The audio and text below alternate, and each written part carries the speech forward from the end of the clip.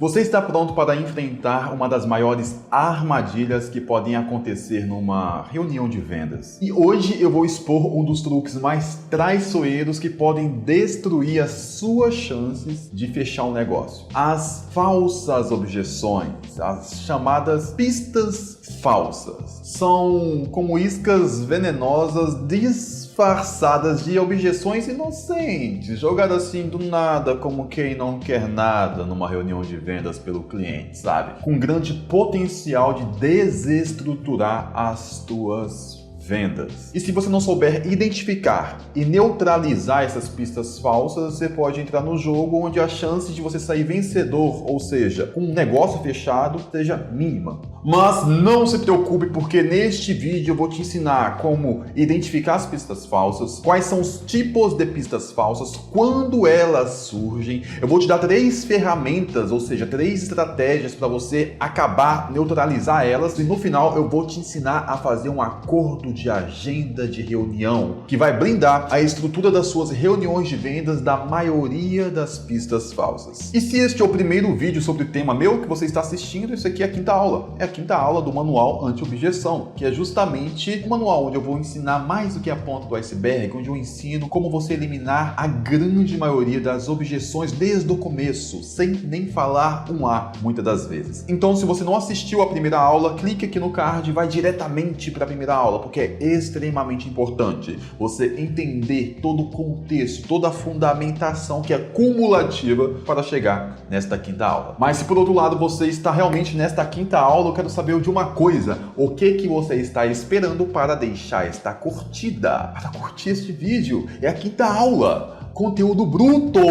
E se você não se inscreveu, não ativou o sininho, o que está acontecendo, cara? Vamos lá, me ajude a chegar aos 1000 inscritos. Falta muito. Vamos começar com 100 pelo menos. Beleza? Eu sou o Daniel Anjos, eu sou mentor e dono de algumas empresas, dentre elas uma assessoria de marketing e vendas e uma consultoria empresarial. E se você quer ter vendas previsíveis, processos replicáveis e um negócio escalável, clique no link fixado no primeiro comentário e concorra à vaga para um dos meus programas. Posto isso, pistas falsas são aquelas objeções que parecem que são objeções, mas na verdade não são reais, não são objeções de fato. Como dúvidas, perguntas, questionamentos assim que parecem despretensiosos, que são utilizados de forma instintiva, natural pelo comprador, pelo potencial cliente. Como você já aprendeu nessa minissérie, o cliente ele não passa por uma aula de como criar objeções, mas ele está muito acostumado a comprar e lidar com vendedores. E estas pistas falsas, esses questionamentos surgem no momento errado numa reunião, que podem quebrar toda a estrutura da sua venda. E dependendo do seu ticket, do seu modelo de negócio, se você cai numa pista falsa, você acaba perdendo toda a estrutura da venda, e perder a estrutura da venda pode ser desmoronar todas as suas chances de vender. Porque antes de você agregar valor, antecipar e enfraquecer as objeções, você começa a jogar errado, no campo errado, tratando de assuntos que não vão contribuir com a sua venda no final das contas. As pistas falsas, geralmente, elas surgem em 2 momentos de uma venda. No início para o meio, no desenvolvimento da venda, na conversa, quando o cliente ele quer saber o preço logo de cara, quando ele fala que está com pressa, quando ele faz perguntas que não cabem, quando ele quer antecipar a sua estrutura de vendas, enfim, pode surgir durante a venda, bem como pode surgir também no final, na parte de negociação, que é justamente a hora que surgem mais pistas falsas, porque surgem também as objeções de fato. Por exemplo, eu preciso falar com meu sócio, não sei se é isso que realmente eu preciso, cara, eu preciso pensar um pouco mais, pesquisar um pouco mais, acho que só isso não vai me ajudar, cara, acho que não é o momento. Isso, na grande maioria das vezes, são pistas falsas. Mas presta atenção numa coisa aqui. Às vezes, realmente ele tem que ver com o sócio. Às vezes, realmente ele tem que passar com o financeiro. Às vezes, realmente ele precisa de um tempo. Às vezes, realmente são objeções, de fato. Só que, na grande maioria das vezes, são pistas falsas. Por isso que eu vou te ensinar aqui o acordo de agenda de reunião que vai blindar as suas vendas da grande maioria das pistas falsas. Mas antes eu vou te passar 3 ferramentas, 3 estratégias para você identificar e neutralizar pistas falsas durante a venda, que é a estrutura, o método PAIS, a reversão e o isolamento. O método PAIS, a estrutura PAIS, que é um acrônimo, né? PAIS, ele é muito útil quando surgem as pistas falsas ou aquelas objeções que parecem ser objeções, mas não são, durante a reunião. Quando elas surgem durante a reunião, no desenvolvimento da reunião, não lá no final, não na parte de objeções mesmo. Por isso que quando surgem perguntas, questionamentos assim no meio da reunião, você primeiro, P de pausa, não responda de imediato, não age instintivamente, dá um tempo, dá uma pausa, pausou, respira, calma, depois o A de admitir, você tem que mostrar para o cliente que você escutou, fazer ele perceber que você escutou, que você entendeu, que você absorveu a pergunta, o questionamento ou até a objeção. Ele não pode de forma alguma achar que você não percebeu, não deu atenção, enfim, não escutou o que ele falou de forma alguma. Isso gera mais confiança, conexão, sabe? Dá valor ao que o cara tá falando. Mas é muito importante que você saiba que admitir não significa você aceitar, não significa que você vai cair na pista falsa ou naquela objeção suposta naquele momento, que você vai contornar ela ou conversar sobre ela naquele momento. Não significa isso. Não é o momento. O momento você vai saber no acordo de agenda de reunião. E depois do P de pausar, do A de admitir, você vai escolher entre o I ou o S, que é I de ignorar e deixar. Pausou, entendeu? Continua normalmente. Ou o S de salvar, né? Você vai ignorar quando você perceber que, cara, é irrelevante, é uma pergunta aleatória, assim, você pausa, entendeu e continua.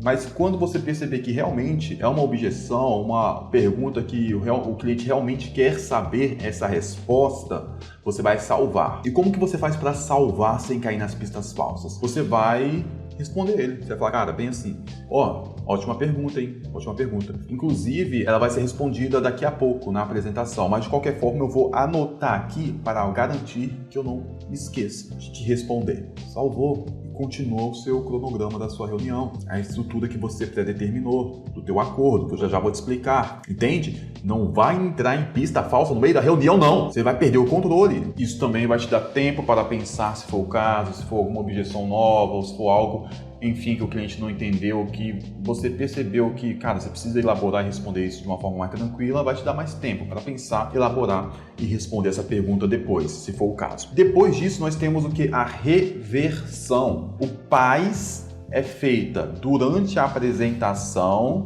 o desenvolvimento, as perguntas, enfim, quando você está mostrando, apresentando o seu serviço. E a reversão, ela vai da fase de validação para frente. Você vai entender o que é a fase de validação. Vou te explicar, que é a fase de extração de objeção. Vou te explicar. No acordo de agenda de reunião, você vai saber. A estratégia de reversão, você vai utilizar apenas quando surgirem perguntas que você não sabe qual que é a finalidade daquela pergunta. Se não ficou muito claro, poxa, para que o cara quer saber isso? Como é que eu vou responder? Será que eu respondo de qual formato? Cara, não entendi por que ele está perguntando isso. Que isso pode ser uma pista falsa, pode ser um laço. Por exemplo, vamos supor que o cliente ele queira saber se você atende empresas do mesmo segmento que ele na região dele. Ele quer saber isso. Ele te faz essa pergunta lá no momento da extração de objeção. Não tem como você salvar para responder depois, tem que responder. Só que você não sabe se isso para ele você atender concorrentes, né, é bom ou ruim. Se você não sabe se para ele você atender empresas do mesmo segmento da região dele, se não é uma coisa boa, porque você vai ter know-how, vai ter conhecimento de região, de território, de nicho aplicado naquele local, se isso é bom, ou se é ruim porque ele não quer que você atenda concorrentes da mesma região que ele. Como é que você sabe? Ele só perguntou. E aí você utiliza a reversão. E como que funciona a reversão? Você repete a pergunta dele e devolve a própria pergunta. Quando você repete a pergunta, dá a entender que você começou, respondeu, e quando você devolve a pergunta, ele vai expressar por quê, o motivo pelo qual ele te fez essa pergunta. Vou te dar um exemplo. Se ele pergunta, cara, você atende concorrentes aqui na minha região? Aí você vai reverter reverter, vai concordar. Começa concordando. É muito bom saber se nós atendemos ou não concorrentes aí da sua região. Por que isso é relevante para você no momento? Ou por que isso é importante para você? Explique mais como que você acredita que isso impacta seu negócio. Entendeu? Você vai reverter e aí ele vai falar. Ou eu vou falar que é coisa boa ou coisa ruim. Aí em cima disso você vai trabalhar essa objeção, eliminar essa objeção. Por exemplo, se ele fala, cara, se você atende clientes da região dele e ele fala que é um problema atender concorrentes, fala, olha, tem cliente para todo mundo, tá? Pode ficar tranquilo, tem cliente para todo mundo. E outra coisa, você vai estar conectado a uma inteligência que já sabe que funciona, que gera vendas na tua região, pro teu negócio. Então, é muito melhor você já começar na vantagem e aí, a partir daí, otimizando, do que você trabalhar com alguém que não tem noção da sua região, do seu modelo de negócio e afins, né? Essa é uma das formas de contornar a objeção. Você pode aumentar o preço para exclusividade, enfim, né? Isso aí depende muito da sua estratégia. Isso foi só um exemplo, mas você pode sempre utilizar a estrutura de reversão. Sempre repita o que o cliente perguntou e pergunte para ele por que isso é importante. Ponto. E ele vai te falar. Aí, em cima disso, você vai saber a causa, o real motivo, se é algo bom, algo ruim e como você vai trabalhar com isso especificamente. E agora nós temos a terceira ferramenta, a terceira estratégia a ser usada quando as objeções ou falsas objeções surgem no final da reunião, da parte de validação para frente, que é justamente o isolamento. Isto é uma coisa que muitos vendedores erram e erram como? Tentando contornar e eliminar uma objeção logo de cara, sem isolar ela. O cliente vai lá, ele solta uma objeção e você já vai querer contornar, isolar, argumentar, combater, debater essa objeção antes de contornar ou eliminar qualquer objeção. Você deve isolar esta objeção, porque quando você isola uma objeção, se ela é falsa, se é só uma pista falsa, ela desmorona. Você vai ver ela quebrar, arruinar na sua frente. Isso é muito bom e vantajoso para você. E você isola uma objeção fazendo duas perguntas. Vamos supor, o cliente, né, seu produto é 100 mil, e o cliente fala, cara, você faz por 80 mil? Aí, dependendo do vendedor, sabe que tá na margem, né? Pô, não, sim, faço. Beleza, vamos fazer, dá pra fazer sim. Aí o cliente vai lá e fala, não, beleza então, vou ver com o meu sócio. Ficou com cara de taxa, irmão. Pô, o cliente perguntou se você faz de 100 por 80. Você falou, não faço sim, vai ver com o sócio. O que isso significa? Que o bendito do preço não era objeção, era uma pista falsa. Você caiu igual uma marionete, igual uma anta. Se essa realmente fosse uma objeção, depois você falasse que fazia por 80 mil, ele poderia passar o cartão, fazer a transferência e comprar, pô. Não era isso que estava impedindo a compra. Quando surge qualquer objeção, você vai fazer duas perguntas. Primeiro, você vai perguntar, cara, essa é a única coisa que está impedindo a gente de fechar negócio agora? Ou tem mais alguma coisa? Isola. Primeira pergunta. Se for a questão do preço, tá. O orçamento é a única coisa que está impedindo a gente de fechar negócio agora? Aí você vai para a segunda pergunta, que é a continuação da primeira. Ele vai falar assim, então se nós conseguimos chegar aqui numa opção que caiba dentro do seu orçamento, fechamos negócio agora? Sim, essas são as duas perguntas. Porque a partir daí você isolou. Cara, então é só isso. Porque se não depender só disso, se depender de outras coisas, ele vai falar, não, tenho que ver tal coisa, não, preciso ver com alguém, não, tem que fazer tal outra coisa, enfim. Então preste atenção nisso. Faça essas duas perguntas. Óbvio que, quando se trata de preço especificamente, eu gosto de fazer 3 perguntas. Quando a objeção é de preço, 3 perguntas, tá? E antes dessas 3 perguntas ainda, eu gosto de fazer um comentário. Sempre faço o seguinte comentário, tá? Cara, eu não sei se vou conseguir te ajudar, ou acho que eu não vou conseguir te ajudar. Porque na maioria das vezes eu realmente não consigo ajudar em relação a preço, na grande maioria das vezes, porque eu não trabalho com margem para dar desconto, é o preço e tal. E ponto, é isso. Posso talvez favorecer forma de pagamento, parcelar em mais de um cartão, dependendo se for o caso. Mas eu sempre faço este comentário. Se for sua realidade também, se você não tem margem para negociar, você faz o mesmo comentário. Eu acho que eu não consigo te ajudar. Fez esse comentário, aí faz a pergunta. Isso é a única coisa que está impedindo a gente de fechar o negócio agora? Segundo ponto, então se nós conseguimos encaixar isso no seu orçamento, estamos fechados hoje, agora? E aí a terceira pergunta. Hoje, 80 mil está dentro do seu orçamento? E aí depois vem as estratégias de contorno de objeção, na matriz de objeção que a gente vai ver na próxima aula. Tá caro? Por quê? Tá comparado em quê? Próxima aula. Mas isolar a objeção é isso. Essas duas perguntas. Quando é preço, eu gosto de acrescentar acrescentar um comentário antes e uma terceira pergunta também. E agora sim eu vou te ensinar a fazer um acordo de agenda de reunião para você deixar a sua reunião, a sua venda blindada de uma grande parte, na grande maioria das pistas falsas que elas podem surgir durante uma reunião. Primeiro, logo quando começa a reunião de vendas, você vai fazer uma abertura da reunião. Logo de cara, uma abertura. Você vai explicar o cronograma da reunião, quanto tempo que vai durar e se ele tem este tempo disponível. Uma das primeiras coisas que você vai falar no começo da reunião é o seguinte: acordo de tempo. Cara, eu reservei tanto tempo para a nossa reunião, tá tudo bem para você esse tempo? E ele vai falar sim ou não. Por quê? É bom que ele fale sim logo de cara, para depois ele não falar, cara, quero saber o preço logo, tá demorando, enfim. Por quê? Porque se isso acontece sem você fazer esse acordo com ele, garantir que ele tenha tempo, você vai querer acelerar e vai desperdiçar tempo, ou vai cair no laço, numa pista falsa, jogar o jogo de forma errada. E se logo de começo ele fala que não tem esse tempo, recomendo fortemente que você reagende. Muito mais importante do que o preço é todo o valor que você tem que agregar sobre a sua solução. O valor da solução é construído com uma reunião com tempo estimado que você já preparou a tua venda. O próximo passo é você fazer o cronograma, alinhar o cronograma da reunião. Você vai começar falando assim: olha só, eu vou primeiramente conhecer um pouco mais sobre o seu negócio, fazer mais algumas perguntas, entender o seu perfil de empresa. Eu tendo certeza que minha empresa consegue ser útil, que você tem um perfil, enfim, eu tendo certeza disso, nós vamos para a próxima parte, onde eu vou te apresentar a solução, o serviço, o produto. Nessa etapa, eu já vou tirar quase todas as suas dúvidas. Na maioria das vezes, são todas as dúvidas. Mas se ainda tiverem dúvidas acerca do produto, na sequência você vai poder fazer perguntas, ficar à vontade para perguntar também. E aí, depois disso, se tudo fizer sentido, aí sim eu te falo o preço. É importante antes a gente saber se eu consigo te ajudar, depois eu tenho certeza que eu consigo te ajudar. Você saber se o produto é o que você espera, ou que você acredita que vai ser útil para você, só depois disso você saber o preço. Saber o preço antes disso não faz muito sentido. Não precisa acrescentar isso, mas eu tô falando contigo. Saber o preço antes disso não faz muito sentido. E aí você conclui já preparando para a decisão imediata. Você fala, cara, olha, e se no final fizer sentido para você, a gente faz sua inscrição aqui agora, você já inicia o programa, ou já leva o produto, enfim, ou já compra o serviço, ou contrata o serviço, é uma reunião só, não tem duas reuniões, é tudo decidido aqui mesmo, beleza? Isso se você só trabalha com uma reunião. Se você trabalha com duas reuniões, enfim, o processo é diferente, o importante é ter esses acordos em cada etapa. Você já fez um micropacto, já que a decisão é tomada imediatamente. Lembrando que é super importante você confirmar agora também se ele é o último decisor, conforme ele respondeu para a pré-venda. A pré-venda só pode deixar entrar numa reunião de vendas se todos os decisores estão presentes. Se ele falar que é o único decisor, você só confirma isso com ele. Se ele falou que é ele mais alguma pessoa, mais alguém, essas duas pessoas têm que estar lá e você confirmar com eles se eles são os únicos decisores. Se ele falou que tem mais alguma pessoa e quando chega lá, essa outra pessoa não está, eu recomendo que você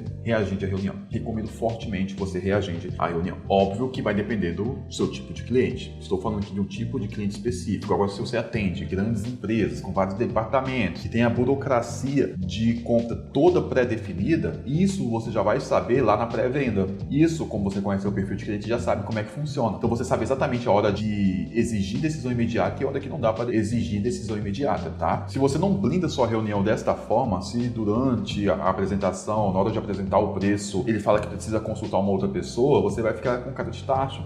Por quê? O que eu vou falar? Porque você já não blindou a sua reunião. E aí entra agora a fase de perguntas, é o momento que você faz as perguntas. Você já alinhou com ele que é você que vai perguntar. Se ele começar a ficar perguntando demais neste momento, você já utiliza a estrutura paz, né? Salva, responde depois. Depois que você fizer as perguntas e for a fase de você apresentar a sua solução, o seu produto ou seu serviço para o cliente, você vai reiterar o acordo, e agora de forma um pouco mais incisiva. Se no começo você falou que a decisão é tomada imediatamente, é só uma reunião, nesta etapa você vai falar, cara, bacana, tenho certeza que faz total sentido, minha solução com você tem total sinergia, agora é sua vez de entender se faz ou não. Lembrando que, se caso você entenda que sim, você dá ok, a gente já fecha o negócio aqui agora mesmo, já faz o pagamento, tá tudo certo. Se não, a gente encerra, tá tudo bem, continuamos amigos. Posso contar com a sua objetividade, tanto para o sim quanto para o não, nesta reunião mesmo? É extremamente importante fazer este alinhamento. Aí um detalhe, se você não sabe quais perguntas fazer, se você não sabe como apresentar a sua solução para encaixar com a necessidade do seu potencial cliente, cara, talvez o programa de acompanhamento individual seja para você, tá? Talvez. Link fixado no primeiro comentário. Talvez seja para você. Faça sua aplicação. Beleza. Depois que você fez essa transição, esse outro micro comprometimento e realçou o seu acordo, fortaleceu, aí você vai falar da sua solução, seu produto ou serviço. Acabou a apresentação, é hora de falar o preço? Não. Entra a fase de validação. A fase de validação, ela vem antes da fase de negociação, que é quando você fala o preço, enfim, você começa a negociar. A fase de validação é quando você valida todo o produto. É quando o cliente termina de vender para ele que ele precisa disso mesmo. É quando você garante se vale a pena ou não avançar para o preço, porque se ele não validar o produto, para que falar o preço? E aqui é a hora de que você extrai todas as objeções possíveis. Essa é a hora de contornar, eliminar, reverter. Esta é a hora. E aí você faz algumas perguntas aqui, como por exemplo, cara, tudo que eu falei faz sentido? Tá faltando alguma coisa? E fale alguns benefícios que você enxergou na minha solução para você ou para sua empresa. Você acredita que é isso aqui que eu estou te apresentando, que eu te apresentei, ou este método, ou este produto que vai te ajudar a solucionar tal problema ou alcançar tal objetivo? Pô, já que você falou que faz sentido, que é isso que você precisa, que acredita que vai te ajudar a solucionar o seu objetivo, então, se couber no seu orçamento, estamos fechados, correto? E aí, você vai fazer essas perguntas para ele. Importantíssimo fazer essas perguntas. Tem outras perguntas também para fazer, mas é só para você saber que este é o momento de você extrair objeções. Extrair objeções. Se você não faz isso, na hora de você falar o preço, pode surgir, cara, eu não sei se é disso que eu preciso. Não tenho certeza se vai funcionar. Não adianta. Na hora do preço, não é hora de discutir produto. A hora de discutir produto é aqui. Você pode estar errando de lá no final falar o preço e o cliente ficar discutindo o produto. Não é hora de discutir o produto. É aqui, neste momento, na fase de validação. Valida o produto aqui. Tá validado? Depois só discutir orçamento, forma de pagamento, se cabe ou não no orçamento. É só este o assunto que vai ser discutido. O resto é aqui. Entende? Como a própria estrutura de uma reunião blinda você da maioria das objeções, validou, aí vai falar o preço. Aí na hora de falar o preço é quebra-pau. Aí é isolamento de objeção, reversão, argumentação no campo emocional, não no campo lógico. E é justamente sobre isso que eu vou falar na próxima aula. O mapa e a matriz para eliminar todas as objeções. Ou melhor, as principais objeções aí que surgem. Todas, não tem como eu garantir isso, mas as principais, vou te dar o mapa na próxima aula. Clica aí, assista agora.